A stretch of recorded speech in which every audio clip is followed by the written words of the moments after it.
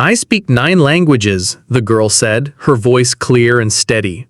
The millionaire, Rick Sullivan, burst out laughing. The sound was harsh, echoing through his vast office on the 52nd floor. He glanced at his wrist, making sure his obscenely expensive watch caught the light. Everything in the room, from the paintings to the marble, was meant to remind people of his place above them. The glass doors slid open. Carmen Johnson pushed a cleaning cart inside, her uniform neat and pressed. Beside her was her daughter, Lucia, a thin girl with a worn backpack and shoes polished to a shine. Lucia looked around, taking in the place where her mother had worked for 8 years but had never truly been allowed to see. Rick circled them. "Carmen, 8 years here, right? What's your education level?" "I finished high school." "Only high school?" he sneered. Then he turned to Lucia. "And this is the little girl learning how to dream big. This isn't the place for people like you to dream, you know." The words were casual, but they cut deep.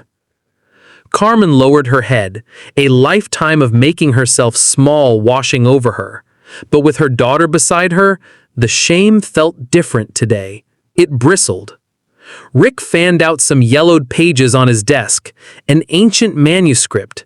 Top translators in the city gave up on it, a linguistic maze. He looked at Lucia. "Hey, little girl, guess what it says?" Lucia looked down at the script, its lines meandering like rivers. She didn't rush. Rick turned back to her mother. "You scrub toilets for people smarter than you. Your daughter will end up the same.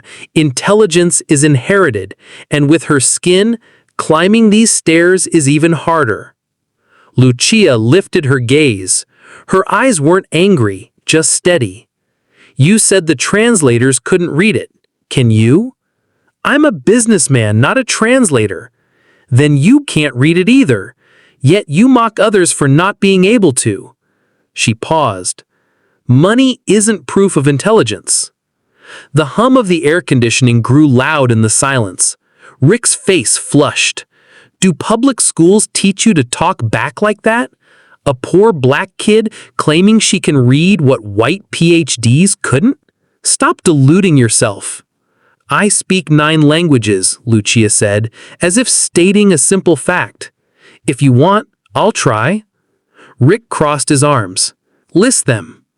Lucia did, her tone crisp. Spanish, English, Mandarin, Arabic, French, Portuguese, Italian, German, Russian. Each language was named perfectly. Rick laughed, a forced sound. Proof. Lucia didn't flinch.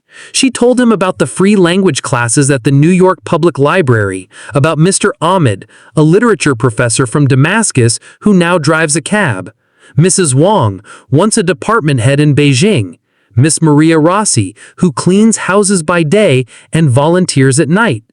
They're not rich, but they're rich in knowledge. Anyone can learn if given respect and opportunity. Carmen's grip on the cart tightened, then eased.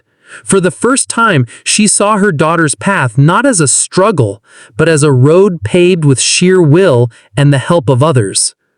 Rick's mocking grin faltered. He flicked his chin toward the manuscript. "Go on, then." Lucia laid her palms on the brittle paper and began to read. The air in the room shifted. Classical Chinese fell from her lips in sharp, clear strokes. Then ancient Arabic, flowing and melodic. Sanskrit, Hebrew, Persian, Latin. Each language was distinct, yet she wove them together seamlessly. Rick's jaw dropped. His office, a temple to wealth, had never witnessed power like this. Not the kind you buy, but the kind you earn. Carmen's hand rose to her chest, her eyes brimming with tears. Her daughter, who did homework under a flickering bulb, was now speaking to the world from heights she had never dared to imagine. "Shall I translate the meaning for you?" Lucia asked. Rick could only manage a quiet yes. "The manuscript speaks of wisdom and wealth. True wisdom isn't found in palaces, but in a humble heart. True wealth isn't counted in money, but in seeing the dignity in every person.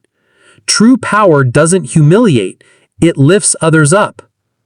The words weren't loud, but they landed squarely on the part of Rick that he'd buried long ago. He wanted to argue, to hide behind jargon and numbers, but suddenly it all felt small. He felt empty. "I am sorry," he muttered, startled by his own voice. Carmen looked up. In 8 years, no one on this floor had ever apologized to her. But Lucia shook her head slightly. Words aren't enough. Actions matter.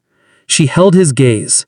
"If you truly want to change, I'll set the conditions, but that comes after I finish translating." And so in an office high above Manhattan, the rules of the game shifted. The one in control was no longer the man behind the desk, but the girl standing beside it, her hands steady and her voice unwavering. She translated the layers of meaning, each one a lesson, that whoever thinks they are above others is the poorest of all. That language, like a river, changes name and color as it flows, but remains water. People change skin color, jobs, bank accounts, yet they remain human. Their dignity does not change. When she finished, Rick swallowed hard. He looked at Carmen and truly saw her, not a uniform, but a mother who had stood through countless weary nights. "I was wrong," he admitted. Lucia gently cut in. "I have 3 conditions." Rick nodded. The power was no longer in shouting, but in listening. 1. You apologize to my mother, not just for today, but for 8 years. Say her full name. Look her in the eyes. Rick turned and spoke directly to my mother. "Carmen Johnson, I'm sorry for not seeing you as a person." 2. Use your power the right way. Scholarships for students from working families, funding for free language programs, real career paths for the people who clean your offices. Instead of asking about the return on investment, Rick asked, "How many scholarships to start?" 150, a real number, enough to bind you to it. 3. You learn a new language, so you know what it feels like to start from zero. Every Tuesday, you come to the public library. I'll teach you Mandarin. No VIP treatment. You attend like everyone else. Rick gave a faint, shame-filled laugh. Agreed. "The final passage of the manuscript," Lucia said. "The richest person is the one who enriches others. The strongest is the one who helps the weak to stand. The wisest is the one who knows he was once blind." Carmen broke down, not from shame, but from release. An invisible burden lifted. "We're done here," Lucia said, closing the manuscript. "See you Tuesday. Bring a notebook and a pencil." Rick smiled for the first time that afternoon. A real smile. Understood. As mother and daughter left, the thick carpet seemed to muffle the sound less. The room's gravity had changed. What weighed the most now wasn't stone or glass, but a promise. And Tuesday would come.